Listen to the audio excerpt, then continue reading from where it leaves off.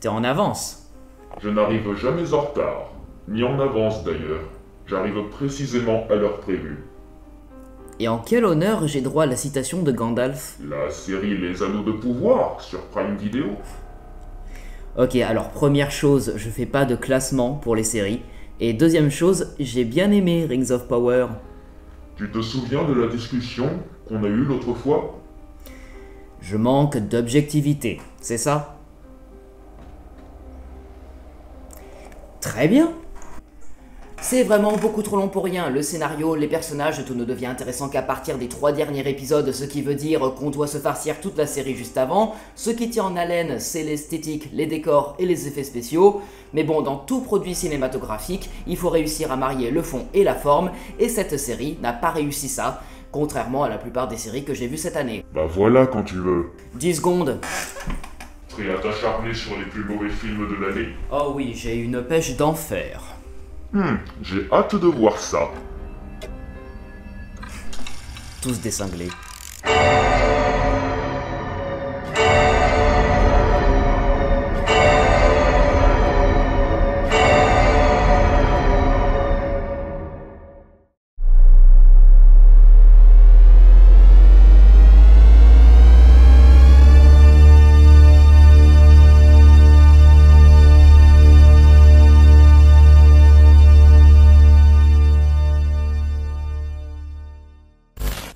Clap. Bonjour à tous et à toutes fans de cinéma et bienvenue sur la chaîne du Cinéphage, j'espère que vous allez tous très bien et bienvenue dans cette vidéo Flop Film de 2022. La vidéo Top Film 2022 est déjà sortie sur la chaîne, je vous invite à la regarder en description ou en fiche en haut à droite. Et comme les années précédentes, je vais vous expliquer le déroulement de la vidéo. Je vais vous dévoiler mon classement entier des films de l'année pour éviter que vous me demandiez si j'ai vu tel film et savoir à quelle place il est. Et en sachant que j'ai vu au total 130 films sortis et vus en 2022, nous allons parler aujourd'hui des 65 pires films de l'année qui s'est écoulé et seront répartis en 3 catégories. La catégorie OSEF pour les films du flop 65 au flop 30 inclus, les films qui ne sont pas assez bons pour être dans le top mais qui présentent quelques points positifs, la catégorie mention honorable pour les films du flop 29 au flop 11 inclus, les films qui sont mauvais mais dans lequel un petit quelque chose fait que je l'apprécie, et la catégorie flop 10 pour les 10 pires films de l'année. Une dernière chose qui semble évidente, ce classement est purement subjectif donc ce n'est pas grave si ça ne reflète pas votre avis, chacun ses goûts, et d'ailleurs vous pouvez aussi indiquer votre flop 10 dans les commentaires, respectueusement voilà, et qu'on puisse comparer et qu'on se dise je vais faire l'impasse sur ce film là. C'est donc parti pour le flop film 2022, commençons avec le listing des films OSEF, ceux qui nous intéressent le moins, et c'est pourquoi je ne donnerai aucun avis dessus, mais si vous voulez toujours un avis, vous pouvez retrouver mes notes sur Sens Critique ou Letterboxd, ou mes critiques écrites en story à la une sur Insta, dans le fil coin critique sur le serveur Discord, ou dans l'onglet communauté de la chaîne YouTube. Allons-y, let's go! Enola Holmes 2, Hocus Pocus 2, Uncharted, Crypto et les super animaux, Irréductible, Amsterdam, Licorice Pizza, Les Gardiens de la Galaxie Joyeuse Fête, Buzz l'éclair, Asbestas, Tout le monde aime Jeanne, The Woman King, Mascarade, Black Adam, Jurassic World 3 le monde d'après, Black Phone, Balle perdue 2, Adieu Monsieur Hoffman, Avalonia l'étrange voyage, Day Shift, Thor 4 Love and Thunder, Mort sur le Nil, Notre-Dame brûle, En roue libre, I.O., The Grey Man, Abuela, Sonic 2 le film, Adam à travers le temps, Smile, Wendell and Wild, Morbius, Maigret, Massacre à la tronçonneuse, Super-héros malgré lui, et en flop 30, Tic et Tac, Les Rangers du risque. Et oui, je sais, vous êtes offusqués, Jérôme Commander et Uncharted meilleur que le film de Paul Thomas Anderson. Oui, je sais, Jurassic World 3 meilleur que Balle perdue 2 et I.O. Et que dire de Thor 4 meilleur que le nouveau Henry Selick? Quoi? Mais filons maintenant en direction des mentions honorables avec en une ou deux phrases une explication de pourquoi ils sont à telle place, qu'est-ce qui font d'eux de mauvais films mais avec des points positifs qui leur permettent de frôler le flop 10. Flop 29, Le secret de la cité perdue. Des blagues lourdes au cœur d'une mise en scène inexistante malgré un bon casting filmé dans des décors réels. Flop 28, Firestarter, un film bâclé car sans impact émotionnel et peu intimiste, mais reste regardable avec une bonne BO de Carpenter. Flop 27, Hôtel Transylvanie 4, Changement monstre, une grosse déception pour un fan de la saga comme moi, mais qui arrive quand même à conclure la saga. Flop 26, Moonfall, trop mauvais, trop chiant, trop débile, trop moche et trop long. Moi qui aime Emmerich d'habitude, là je trouve qu'il en a trop fait. Flop 25, Scream 5, très peu subtil, très peu malin, trop méta, mais reste appréciable. Flop 24, 355, aussi oubliable que paresseux, voilà, un film qui repompe les classiques de films d'action, sans pour autant créer de bonnes scènes d'action lisibles. Flop 23, Bullet Train, malgré de bonnes intentions, le second degré bascule dans une extrême lourdeur, tout en ennuyant profondément et en ne laissant pas respirer ses séquences d'action d'action. Flop 22, coup de théâtre, un cruel manque d'inventivité en dévoilant les rouages scénaristiques et en repompant exactement le même style esthétique que Wes Anderson.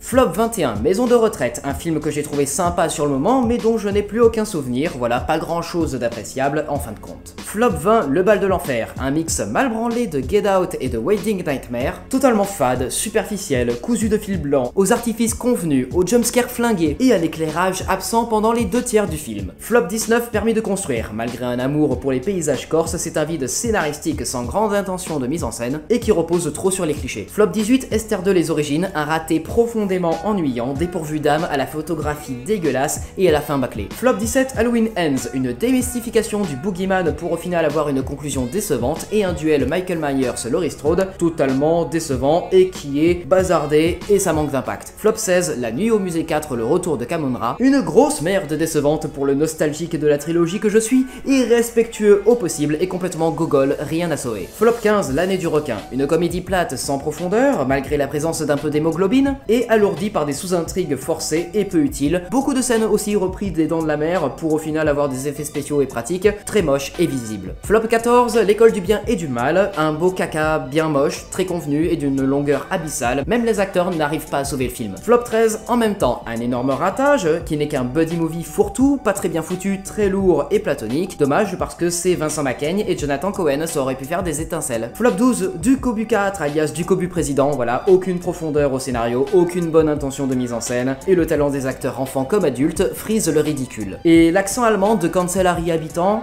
c'est incompréhensible, ce n'est pas à faire. Voilà.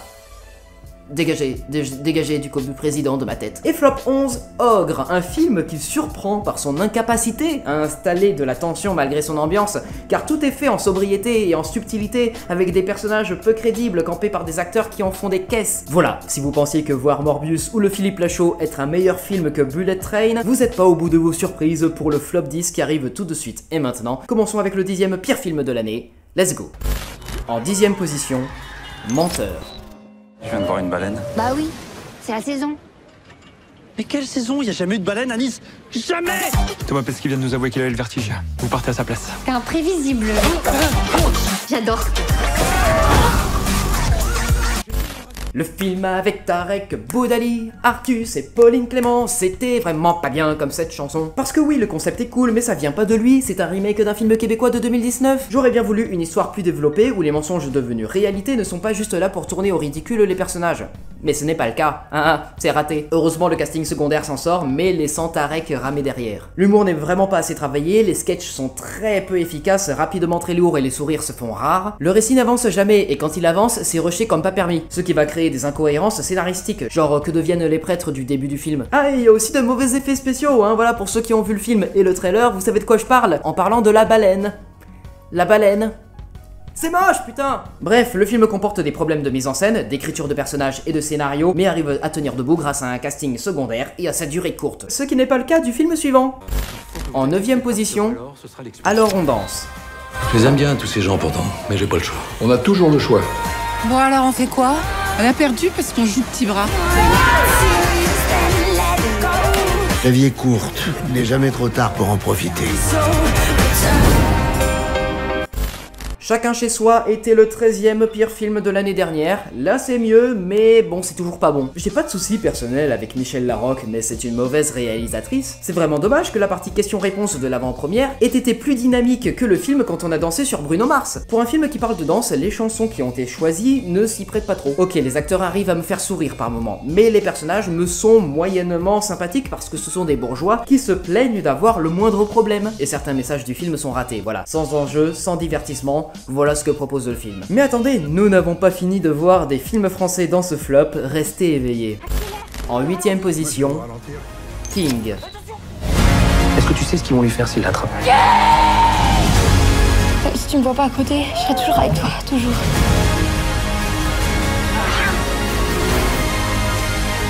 On va y arriver, promis.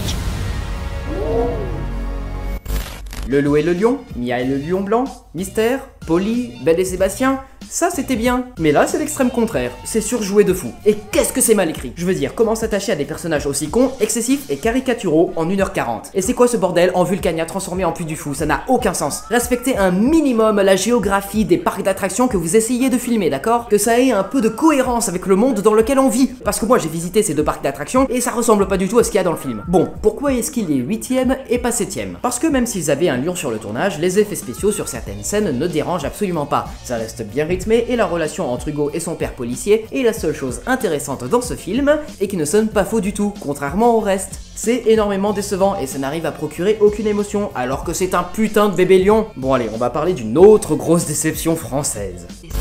En 7ème position, Big Bug. L'humain sera jamais facultatif. Parce que nous on est originaux et qu'on est plein de défense. Ici, on n'a rien à perdre.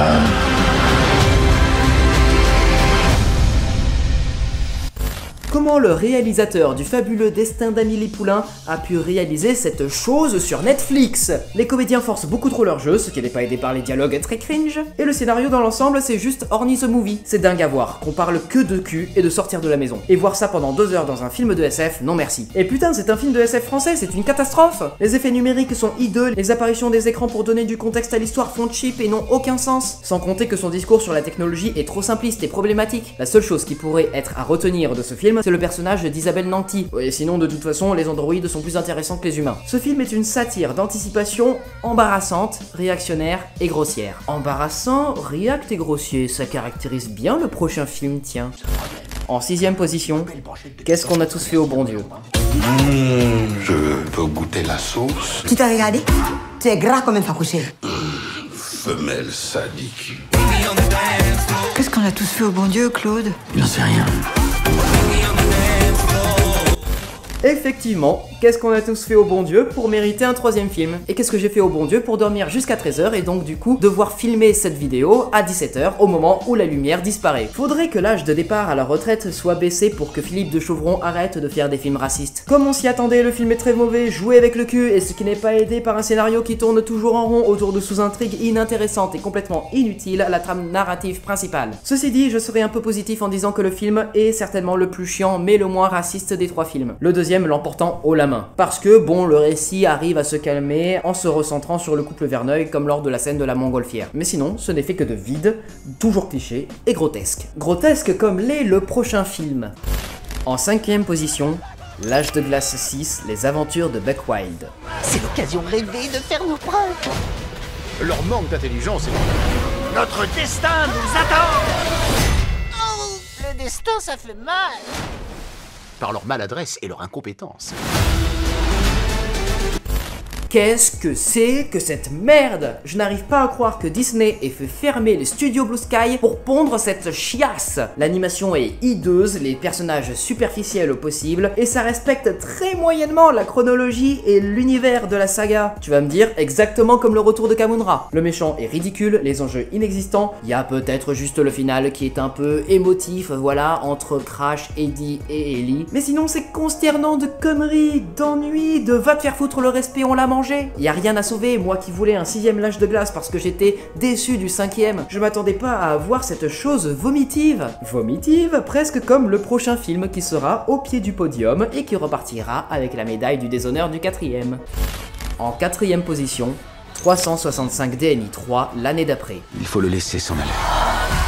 Mais si la personne revient, elle est à nous pour toujours. Tu vas rester près de moi, Laura. Oui, je me suis tapé les 3 films d'affilée pour le rattrapage. Et c'était vraiment très dur parce que c'était très insupportable. Et pourtant, c'est le meilleur des 3 films. On reparlera du 2ème film, vous inquiétez pas. Ce qui change par rapport au premier, c'est déjà l'absence d'une bonne BO et d'une bonne photographie. Il ne reste plus rien à garder. La seule chose qui fait que ce 3ème film est le meilleur de la trilogie, c'est que l'histoire n'est plus celle d'un syndrome de Stockholm, voilà. Ici, on est un peu dans le même cas que 50 nuances plus sombres et plus claires, où les films after après le second volet, la protagoniste va avoir son cœur balancé entre 2 amants, Massimo qui n'a pas changé, et son frère qui est un peu plus délicat. Et il nous laisse sur sa décision en mode suspense cliffhanger à la fin du film, hein. Putain, c'était une torture la saga 365 DNI, hein. J'ai pas envie qu'ils en sortent un 4ème. Bon allez, quels sont les 3 pires films de cette année? Voici la médaille de bronze. En troisième position, Pinocchio par Robert Zemeckis. Généreux et digne de confiance.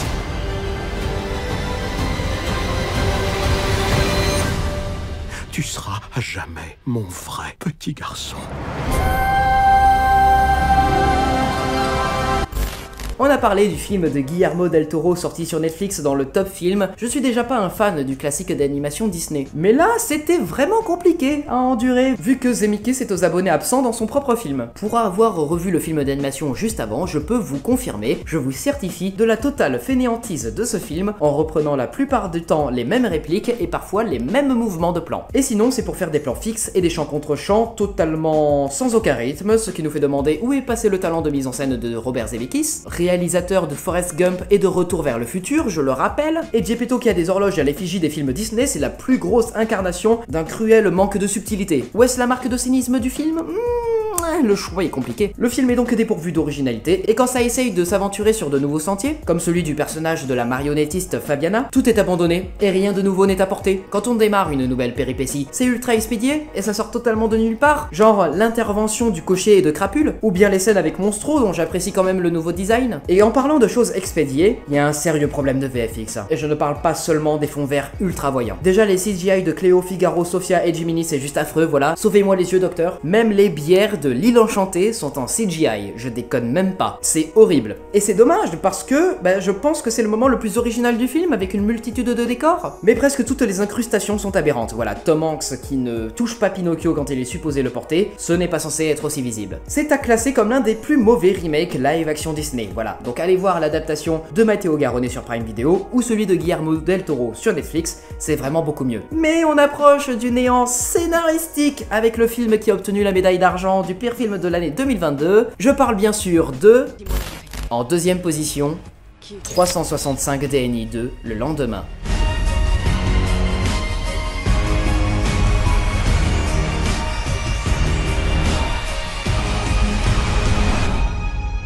Laura.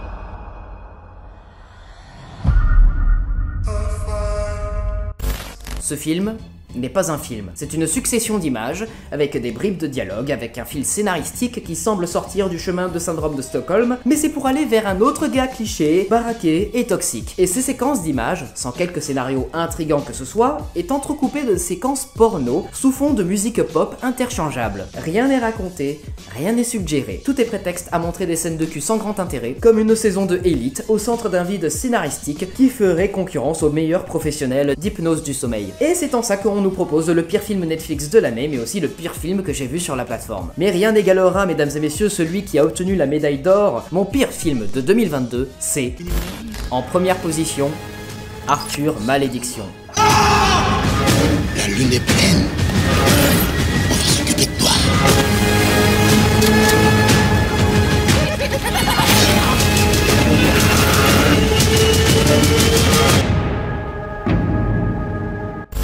Le pire film que j'ai vu de ma vie, c'est Y a-t-il un youtubeur dans l'avion, que Note Sirius a d'ailleurs décrypté dans une vidéo très drôle que je vous conseille. Si je devais trouver le deuxième pire film de ma vie, ce serait celui-là. Je n'ai pas les mots. Ce film n'est pas qu'un ratage total, c'est... le fion intersidéral et multiversel. C'est de la merde que tu chies après avoir digéré le vomi que tu as ravalé bourré. Pour parler en langage cinéma, c'est un horrible teen movie et un très mauvais film d'horreur. Au-delà du malaise ambiant dans la salle sur le visage des spectateurs à l'écoute des dialogues, le niveau de cringe est d'autant plus renforcé par le manque d'efforts et d'idées de mise en scène, de décors et d'accessoires, et si l'on fait abstraction de l'aspect grotesque de l'écriture des personnages, tout est fait pour qu'on les déteste. Mais même leurs morts sont éclatés au sol, tout est fait en hors-champ, ce qui transpire d'abord d'un amateurisme aberrant et d'un manque de moyens. Une fois qu'on accepte le total ridicule du film, c'est là qu'il perd le minimum d'aura horrifique qu'il avait. C'est dingue à dire que ce film d'horreur provoque plus de fou rire assumé que de scènes réellement terrifiantes. Les musiques sont dégueulasses et les effets de montage, jump cut, accéléré, ralenti, sont là pour faire jeune et cool. Mais c'est tout aussi infect. Les jumpscares sont ultra cheap et prévisibles, les effets pratiques sont très voyants, et le fait d'enlever la dimension fantastique dans le final ne fait qu'amoindrir le film et sa morale dangereuse. C'est un film cliché au possible, où le jeu des acteurs, le scénario et l'enfer de production construction de ce nanar ultime se révèle être la malédiction du film. C'est un suicide artistique et impardonnable signé Besson. Et je ne dirai pas du mal des étudiants de son école qui s'en sont occupés. Puisqu'après la sortie du film, beaucoup d'entre eux ont révélé le cauchemar que ça a été de travailler avec lui. Comme preuve, voici un commentaire déposé sous la vidéo critique de Durendal, celui d'un étudiant de la cité, l'école de Besson. Je vous propose de faire pause, de le lire, voilà, parce que toutes les personnes qui regardent cette vidéo, il faut que vous vous rendiez compte à quel point ce film a été un enfer, et pas que pour les spectateurs, hein. C'était un naufrage, voilà, un naufrage, celui d'Arthur et de son créateur. Besson. Et voilà, c'est la fin de cette vidéo Flop Film 2022, ça y est, il fait déjà nuit. J'espère que mon flop vous aura plu et correspondra plus ou moins à ce que vous pensez être les pires films de l'année. Si vous avez vu un film que vous avez trouvé mauvais et qui ne se trouve pas dans cette vidéo, dites-vous que soit je ne l'ai pas vu, soit il est présent dans la vidéo des top films 2022. N'hésitez pas à vous rendre dans la description, voilà, il y a tous les liens vers mes réseaux sociaux et ça me fait énormément plaisir de vous voir de plus en plus nombreux à me suivre ou bien à vous abonner à ma chaîne. Sur ce, je vous souhaite une bonne journée ou une bonne soirée, une très bonne année à tous et on se retrouve l'année prochaine pour classer les pires films de 2023. On est reparti pour une nouvelle année de cinéma en salle ou sur plateforme et avec des critiques sur la chaîne, enfin, pas trop tôt. Et puis je vous dis à très bientôt, c'était Esprit Z et vous étiez sur la chaîne du Cinéphage. Coupé. En bref, Leatherface, je te dis ciao parce que au plaisir de ne plus jamais travailler avec toi, hein. Ensuite, Michael, un reboot a été sous-entendu par Jason Blum, donc on se retrouve dans une décennie, salut. Ensuite, Ghostface, j'attends de meilleurs résultats pour l'année prochaine, voilà, hein, ne me déçois pas. C'était votre année les slashers, hein, putain. Mais surtout vous aussi les vampires, c'était votre année. Morbius, Le Bal de l'Enfer et Day Shift, tu es là. Ouais, donc j'espère que Renfield ne sera pas une bouse en 2023 parce que sinon vous allez pas vous en sortir hein, pour les années prochaines. Ensuite, voyons voir qui nous avons. Luc Besson. Sonic, j'espère que tu vas redresser un peu la barre parce que tu as un sacré adversaire en la personne de Mario l'année prochaine. Donc montre-moi que tu as bien fait d'intégrer les Jeux Olympiques avec lui pendant plusieurs années. Ensuite, qui nous avons, il reste plus beaucoup de monde. Roberta, je suis sincèrement désolé, voilà, je suis énormément déçu, je sais, Colin Trevorrow t'a massacré, il a massacré la licence en donnant le pire volet de la saga, je suis tellement désolé, j'aimerais tellement te retrouver un de ces jours parce que t'es dans mon cœur à tout jamais, Roberta, ne l'oublie pas. Et peu importe les films qu'ils feront, mauvais ou mauvais, tu seras toujours dans mon cœur, Roberta. Crois-en mon expérience, les dinosaures et moi... C'est une histoire d'amour sans fin. À la prochaine, Roberta. Je vais t'oublier. C'est bon, ils sont partis. La vache, c'était long de les faire partir, la vache. Ah, ils étaient nombreux dans le flop cette année, hein. De sacrées figures que malheureusement je vais devoir effacer de mon esprit. Bon, bah voilà, 2022 se termine, 2023 arrive. Et du coup, je vous propose... qu'on s'assoie tranquillement et qu'on se pose un tout petit peu pendant 2 minutes. Bon, j'espère ne pas vous détruire les oreilles parce que je vais vous chanter un truc sans trucage et sans autotune. Voilà, donc n'hésitez pas à mettre un commentaire ou laisser un pouce bleu pour m'en montrer que je n'ai pas une voix de crécelle de merde et que je sais un minimum chanter. Mais... vous allez découvrir pourquoi est-ce que je fais des vidéos sur le cinéma et pas sur la musique. Bonne souffrance à tous. Et joyeuse année 2023.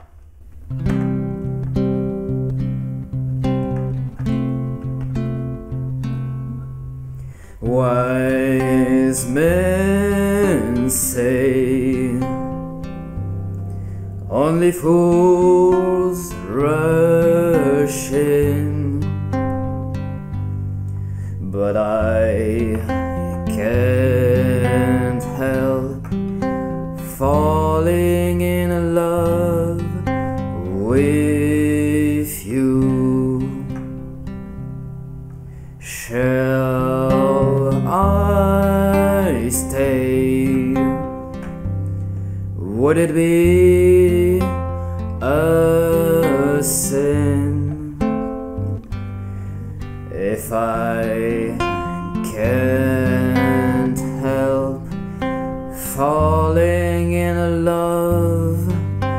with you. Like a river flows surely to the sea, darling, so it goes. Some things are meant to be. Take my hand, take my whole life too, for I can't help falling in love with you. Like a river flows surely to the sea, darling, so it goes. Some things are meant to be. Take my hand, take my whole life too, for I can't help falling